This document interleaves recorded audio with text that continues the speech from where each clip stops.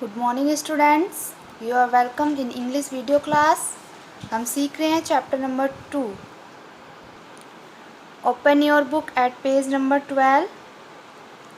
Last video में हमने यहाँ तक जान लिया था कि जो मदर डिकेन्स हैं वो एक बेकिंग कॉन्टेक्स्ट में पार्टिसिपेट करना चाहती हैं एंड उसके लिए उन्होंने पूरी तैयारी कर ली है।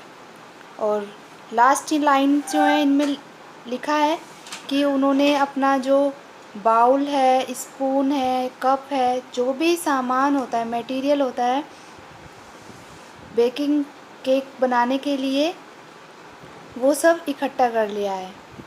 एंड वो कहती हैं I am ready, she announced. Announce होता है घोषणा करना या बताना। आई एम रेडी, वो कहती है मैं तैयार हूँ। रूफूस फैच मी दूज एग्स। रूफूस वह एग्स मेरे पास लेकर आओ। फैच मतलब होता है लेकर आना। Lifting the eggs ever so carefully the he did for he kitchen. जो एग्स है, एग्स को बहुत ही केयरफुली उठाते हुए, लिफ्ट माने होता है उठाना, उठाते हुए और किचन की ओर बढ़ते हुए, हेयर यू आर मदर, वो कहते हैं here you are mother 6 perfect eggs. वो कहते हैं ये रहे तुम्हारे 6 परफेक्ट एग्स, 6 बिल्कुल परफेक्ट एग्स तुम्हारे ये रहे।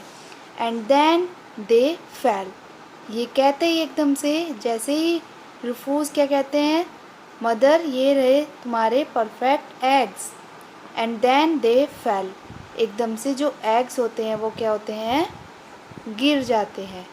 जैसे उन्होंने अपने हाथ में लेकर उसकी मदर डिकेन्स की तरफ को वे एग की ट्रे को बढ़ाते हैं, तभी क्या करते हैं, उनके एग्स गिर जाते हैं।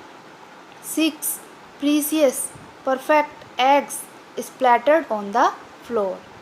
6 मतलब 6, प्रीसियस होते हैं बहुत ही कीमती। कीमती क्यों थे?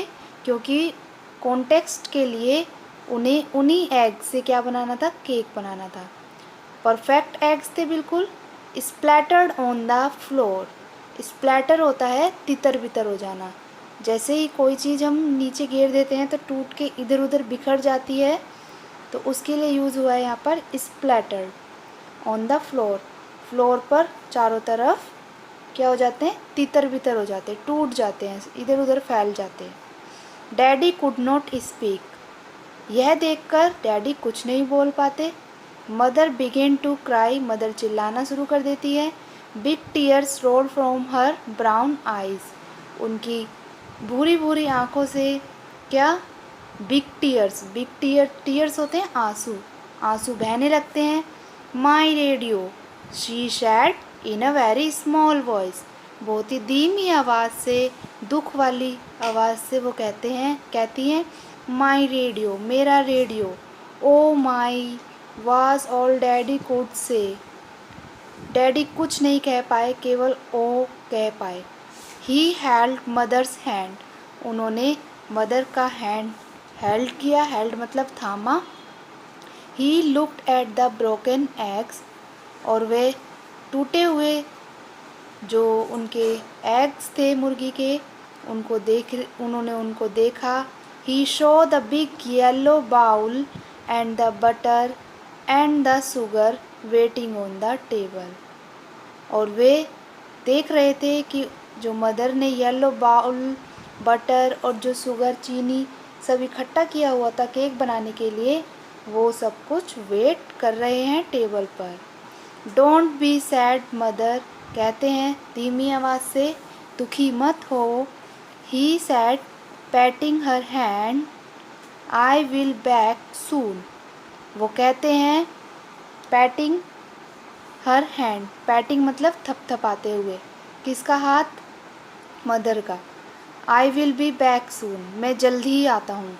And daddy was gone out of the door, और डैडी क्या करते हैं, दरवाजे से बाहर तुरंत चले जाते हैं। For an instant mother's hopes revoke, कुछ समय के लिए मदर की जो आशाएं हैं वो दोबारा से उजागर हो गई, रीवॉक हो गई। But then from the hand yard she heard the crack of the old rocking chair. जैसे ही जो डैडी डिकेंस हैं मदर को दिलासा देकर बाहर चले गए डोर की तरफ, तो मदर की होप्स जो है, आशाएं बढ़ने लगी। लेकिन जैसे ही उनको जो हैंड यार्ड है, हैंड यार्ड से जो टूटी हुई चेयर है उसकी चलने की आवाज़ आई, तो वे दोबारा से उदास हो गई। कहने का यहाँ पर आशय है, मतलब है कि उनको लगा कि डैडी डिकेंस दोबारा से जाकर अपनी ओल्ड रॉकिंग चेयर पर बैठ गए, इसीलिए वो आवाज़ कर रही होगी, तो इसीलिए वो दुखी हो गई दोबारा से। एंड डैडी सिंगिंग, और डैडी गा रहे थे। Sadly she put away the ball and the spoons. दुखी होकर उन्होंने क्या किया, जो बाउल है, स्पून्स है जो उनके हाथ में थी, उसको दूर रख दिया। She put the flour and the sugar and the coconut back on the shelf and hang up her apron. उन्होंने जो भी फ्लोर होती है मैदा या आटा, चीनी, कोकोनट, नारियल, वो सब शेल्फ पर दोबारा से रख दिया किचन की, और अपना एप्रैन है वो हैंग अप कर दिया। हैंग अप मतलब होता है कि उतार देना, ठीक है। Then she began to mop the kitchen floor, और किचन को मॉप करने लगी। मॉप मतलब होता है साफ सुथरा करने लगी। She was just finishing up when the kitchen door open, daddy stood there. जैसे ही उनका काम ख़त्म होता है, किचन का डोर ओपन होता है, खुलता है। डैडी स्टूड देयर, डैडी वहाँ पर खड़े थे। होल्डिंग आउट ए शू बॉक्स, उन्होंने अपने हाथ में एक जूते का डब्बा लिया हुआ था। Here you are mother, make your cake, he said. वो कहते हैं, मदर डिकेंस, ये लीजिए तुम्हारा जो सामान है, मेक योर केक, अपना केक बनाइए। What on earth, mothers gasped. Mother आपस में बोलती हैं, क्या हुआ? Rufus Dickens, wherever did you get these eggs, तुम्हें ये एग्स कहाँ से मिले इतनी जल्दी? Well mother, I explain to the girls what had happen. वो मदर से कहते हैं, मैंने गर्ल्स से अच्छे से एक्सप्लेन किया कि हमारे साथ क्या हुआ, हमारे एग्स गिर गए। I told them how bad you felt, मैंने उनको बताया तुम्हें कितना बुरा लगा। I asked them if they could this once put in a little extra time, मैंने उनको कहा कि क्या तुम इस बार कुछ एक्स्ट्रा एग्स पुट कर सकती हो। Then I started to sing all their favourites, और मैंने उनके लिए उनका फेवरेट गाना शुरू कर दिया। I told you they like my singing, तुम्हें पता है ना कि उन्हें मेरी सिंगिंग बहुत ज़्यादा पसंद है। And well here are the eggs, और ये रहे तुम्हारे eggs. Oh Rufus, mother began to cry again. Oh Rufus कहकर मदर खुशी के आंसू फिर दोबारा से रोने लगी। And one more thing mother, एक और बात थी जो मदर ने बोला।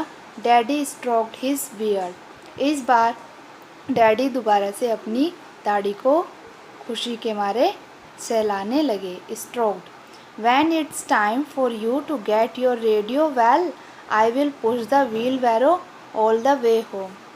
मदर को खुश करने के लिए वो कहते हैं कि जब तुम रेडियो लेकर आओगी तो मैं व्हील बैरो पुश कर कर लेकर आऊँगा, ओके, ऑल द वे, पूरा घर तक आते हुए। कहने का मतलब है यहाँ पर लास्ट में जो डैडी डिकेंस हैं उन्होंने लेज़ीनेस नहीं दिखाया, उन्होंने बहुत ही चालाकी से काम किया, फुर्ती से काम किया, और मदर के लिए व्हील बैरो पुश करने को भी प्रॉमिस किया। व्हील बैरो मैंने आपको बताया था, एक कार्ट होता है, ट्रॉली होती है जिसमें सामान रखा जाता है और उसको धकेल कर लाया जाता है। Mother made her 6 eggs, 3 layer coconut dream cake and it did win the baking contest. Daddy even remembered his promise and push the wheelbarrow all the way home. Mother ने क्या किया, उन 6 एग्स का 3 layer coconut tree dream cake बनाया और जो context है उसको जीता, रेडियो जीता। एंड जो डैडी डिकेंस हैं उन्होंने इस बार अपना प्रॉमिस ध्यान रखा और वो घर आते हुए व्हील बैरो को पुश कर लेकर भी आए।